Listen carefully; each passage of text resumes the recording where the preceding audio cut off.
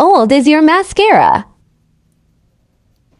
Hello, beautiful. It is Minna from Zeni Beauty, and this is Makeup Tip Monday. Girl, let me ask you a question. How old is your mascara?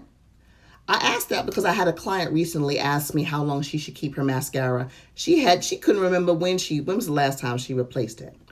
Well, I'm here to let you know that once you open your mascara, you've got 90 days. That's right, 3 months, and then you gotta throw it out. Why? Because when you open your mascara, you introduce air into the product and you get all kinds of virus and microbes from the air in your product, and the preservative is only viable for 90 days. After that, you gotta let it go. But girl, I know you're saying, I spent a lot of money on my mascara. I don't want to get rid of my mascara like that. Well, you don't want eye infections either. So either get rid of it, or you can also do what we did back when I was doing my film makeup, and that is we would use an older mascara to do temporary hair color cover. So if you're like me, over 40, over 50, and you got your part and little grays are coming through, an old mascara, temporary hair color cover.